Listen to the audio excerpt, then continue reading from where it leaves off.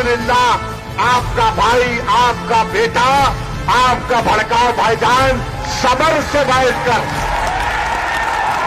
पूरे इत्मीनान और पूरे आराम के साथ मुस्कुराते हुए इनका जवाब जब देता हूं तो बोलते आप मुस्कुरा रहे हैं, तो मैं कहता हूं आपकी जली क्या। हम मुस्कुराना भी नहीं, हमारी मुस्कुराहट पर तुम फिदा होते हमको मालूम, क्योंकि हमारे जैसा स्मार्ट और हैंडसम तो कोई है ही नहीं। जिसके चेहरे पे दाढ़ी वही तो स्मार्ट है।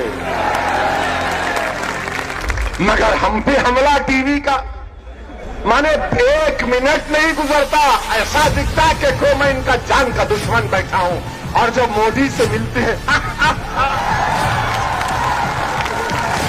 ये क्या है यार। अकबरुद्दीन ओवैसी जी, आजकल आपकी जुबान में और आपके भाई अकबरुद्दीन ओवैसी की जुबान में कोई फर्क नहीं दिखता है। एक वक्त था जब आप चेहरा थे AIMIM की और वो जुबान थे। अब लगता है आवाज और जुबान, चेहरा और जुबान एक हो गई। 2019 की वजह से? नहीं, जबान वही है, पुरानी जबान है, मेरी सोच भी वही है। आपको ऐसा क्यों लगता है मुझे नहीं मालूम।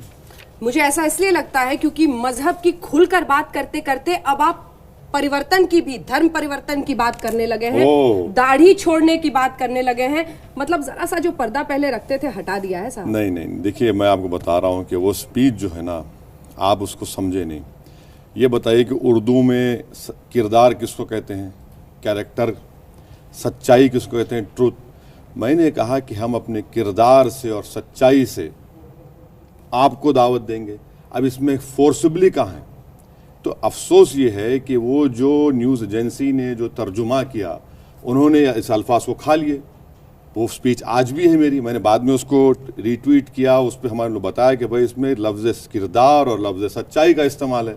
अब अगर उसको वो खा लेंगे और आप लोग नहीं देखेंगे तो मैं क्या। ऐसे भाषण क्यों देते हैं सर जिस पर सफाई देना पड़े? आजकल आप भाषण नहीं भड़काते हैं। ना, कहाँ भड़काते हैं। मेरा काम भड़काना नहीं है, मेरा काम एक सोच देना है, और भाषण देना जरूरी है क्योंकि ये फ्रीडम ऑफ एक्सप्रेशन है, कॉन्स्टिट्यूशन में मेरा राइट है और मैं बोलूंगा।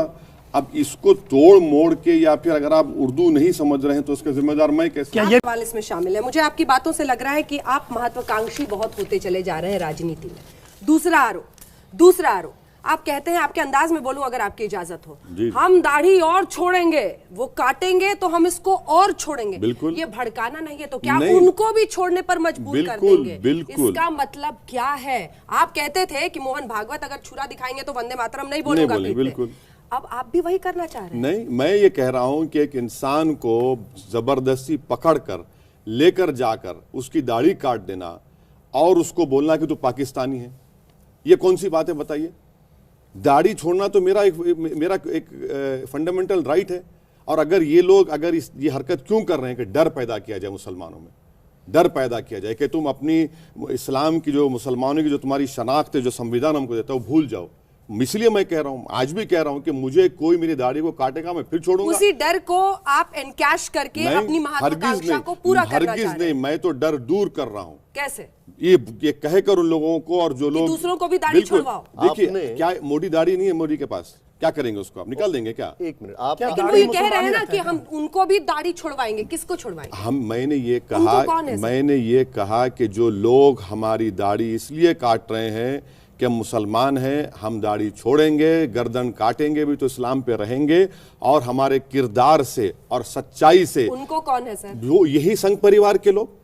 मतलब आप दूसरे धर्म के लोगों को दाढ़ी छुड़वाएंगे? देखिए, हिंदुत्वा में और हिंदू में जमीन आसमान का फर्क है। ठीक है, मैं हिंदुत्वा के लोगों से कह रहा हूं कि हम अपनी सच्चाई से और हमारे किरदार से। कैसे पहचान होगी? बिल्कुल होगी। अगर ये लोग भड़क गए, आपकी बातों में आ गए, कल को किसी के जो आपके भाषण वहां पर दे। अरे सर, अपना अंदाज तो देखिए भाषण देते हैं मैडम। देखिए, वो वैसी जी बिल्कुल अलग होते हैं। बिल्कुल गलत बात है, बिल्कुल होते हैं जनता में। देखिए, इखलाक को मारा गया, कासिम को मारा गया, रकबर को मारा गया, जुनैद को मारा गया, मोहसिन को मारा गया, पेलू खान को मारा गया।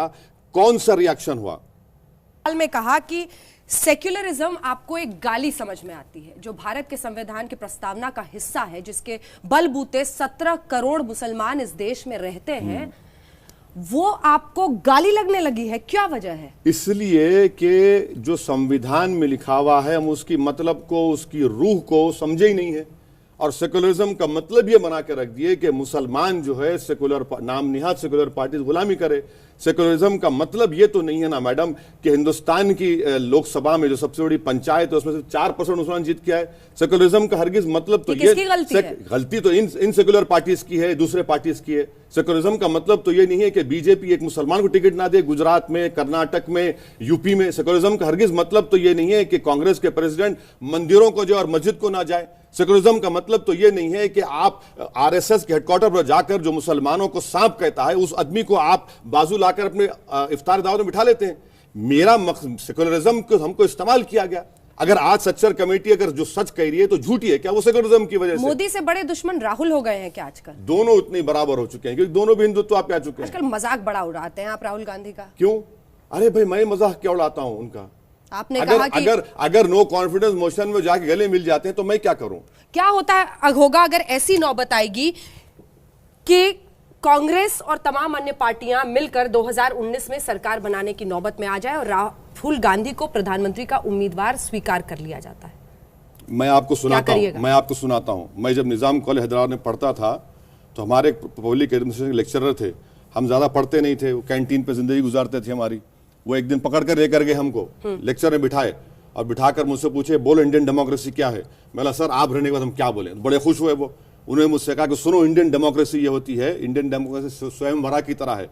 कभी कभी वो जाकर किसी के बेकार आदमी गले में फूल का हार डाल देती है, तो वो इंडियन डेमोक्रेसी है। बेकार आदमी है राहुल गांधी? मैं बेकार नहीं कह रहा हूं। इंडियन डेमोक्रेसी हो सकता है, आवाम का फैसला हो, कोई बन जाए। आपको लगता है विपक्ष को रिप्लेस कर देंगे, राहुल गांधी को हटा देंगे, मोदी वर्सेस ओवैसी एक दिन लड़ाई हो जाएगी? मैडम मैं किसी को रिप्लेस करने नहीं आया हूं। मेरी लड़ाई पूरी संविधान के फंडामेंटल राइट्स की है, मेरी लड़ाई इंसाफ की है और मैं वो चाह रहा हूं मुझे मिले।